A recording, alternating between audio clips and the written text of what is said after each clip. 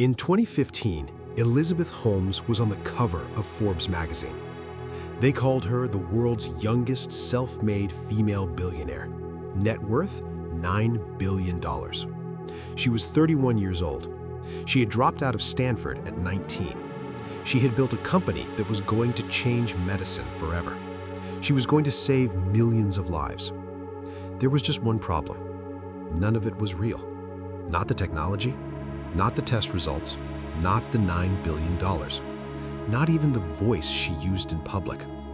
While investors were writing checks with 9 and 10 zeros on them, while Henry Kissinger sat on her board, while Rupert Murdoch handed over $125 million, while George Shultz, former U.S. Secretary of State, told everyone he knew to invest, ordinary patients in Walgreens pharmacies across America were making life and death decisions based on blood test results that were completely fabricated.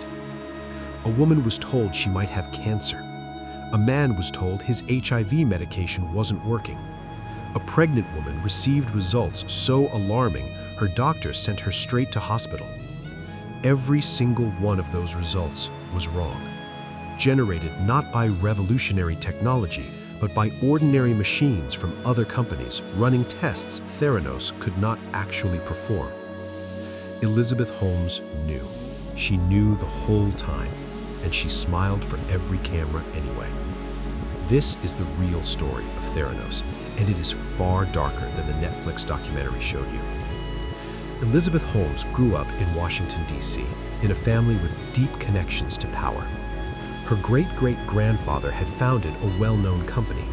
Her father worked for Enron. From childhood, Elizabeth Holmes had one obsession. She did not want to be rich. She wanted to be the next Steve Jobs. She enrolled at Stanford University to study chemical engineering. She was brilliant, driven, intense in a way that made people uncomfortable. But she was also watching. She was watching how Silicon Valley worked. How a great story, the right story, could be worth more than any product. How venture capitalists didn't fund technology, they funded belief.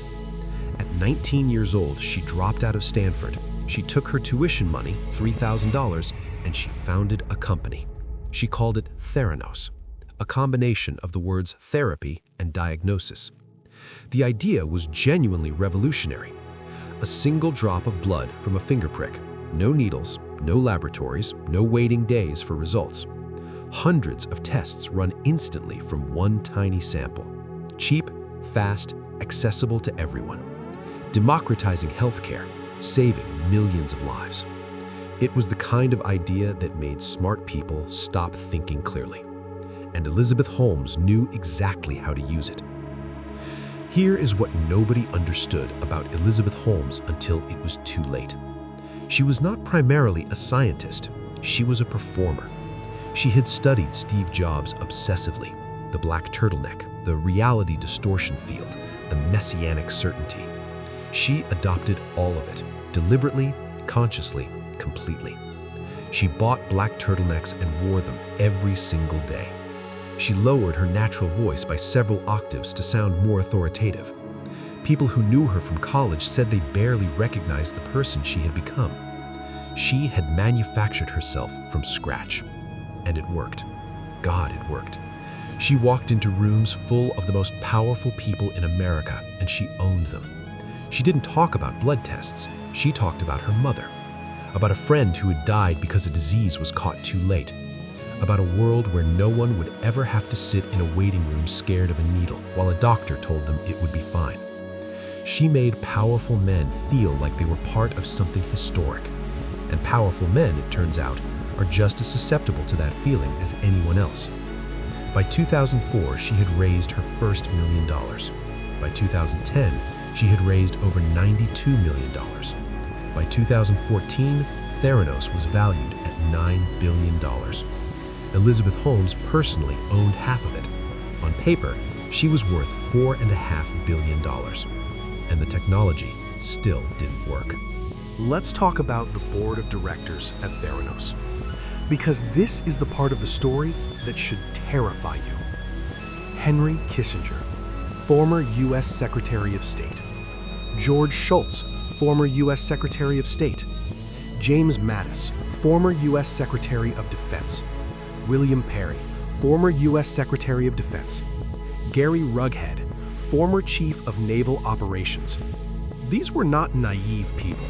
These were among the most experienced, most powerful, most well-connected individuals in the world. None of them had any background in medicine or laboratory science, and not one of them asked the right questions. Because Elizabeth Holmes had understood something profound about power.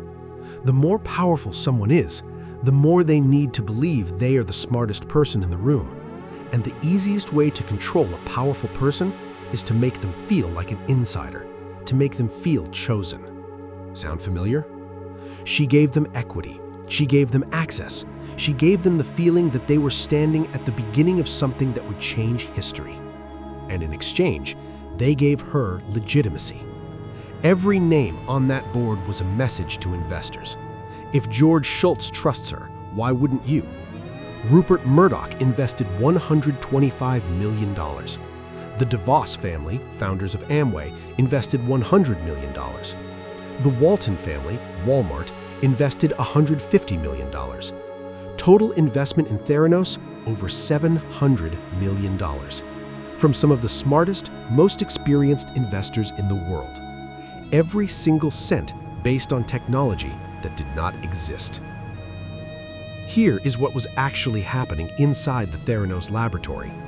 The Edison machine, Theranos' own device, could only reliably perform a handful of tests. For everything else, they were using machines made by Siemens and other companies. Ordinary commercial machines that any laboratory in the world could buy. There was nothing revolutionary about them.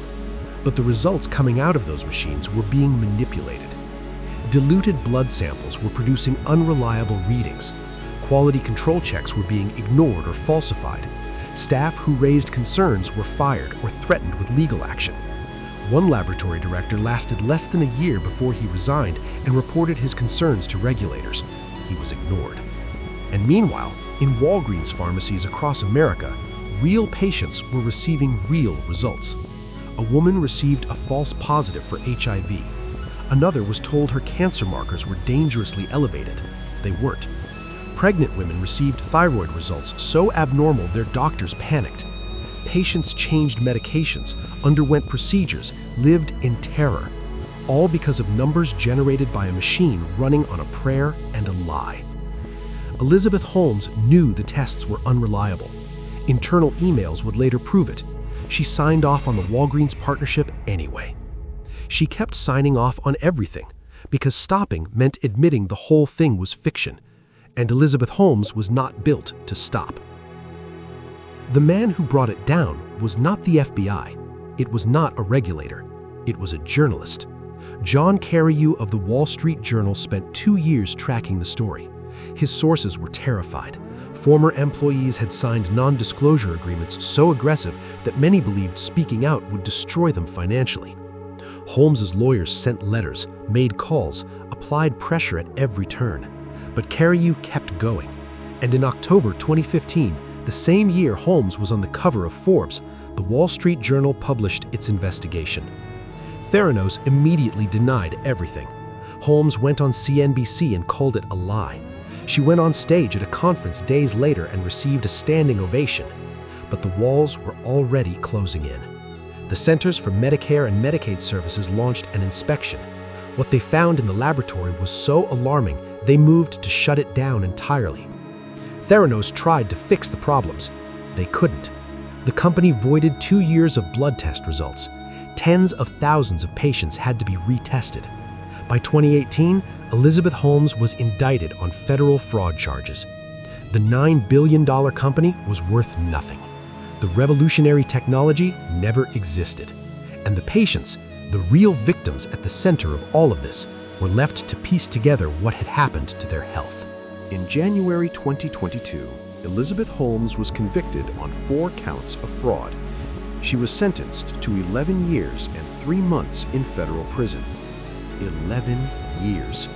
Compare that to Jordan Belfort, 22 months for stealing $200 million.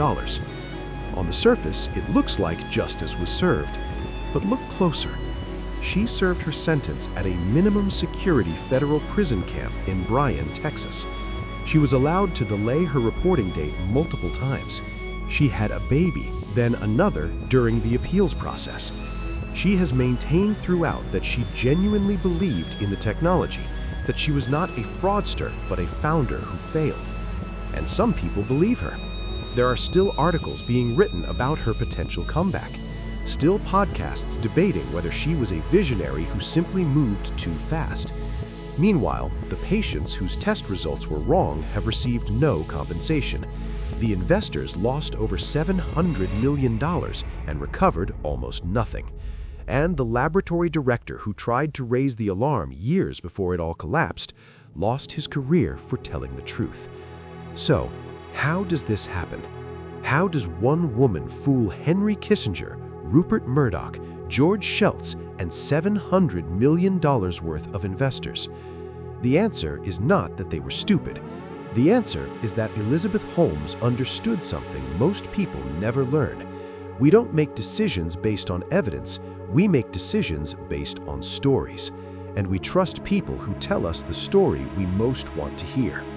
Silicon Valley wanted to believe a 19-year-old dropout could change medicine. Powerful men wanted to believe they had spotted genius before anyone else. Patients wanted to believe that healthcare was finally getting easier. Elizabeth Holmes gave all of them exactly what they wanted to believe, and charged them everything they had for the privilege. The scariest part of this story is not that she lied. The scariest part is how easy it was. Fame, power, the right turtleneck, a voice lowered 3 octaves, and a story that made people stop asking questions. In a world that runs on belief, the most dangerous person in the room is the one who knows how to manufacture it. If this story made you uncomfortable, good, because the tactics Elizabeth Holmes used are not unique to Silicon Valley. They are being used right now, in boardrooms, in investment pitches, online. Knowing how they work is the only protection you have. That is exactly what ClearPath Finance is here for. Hit subscribe, it's free. And next week, a man walked into a bank with nothing but confidence and a fake name and walked out with millions, over and over again, for 20 years without anyone stopping him.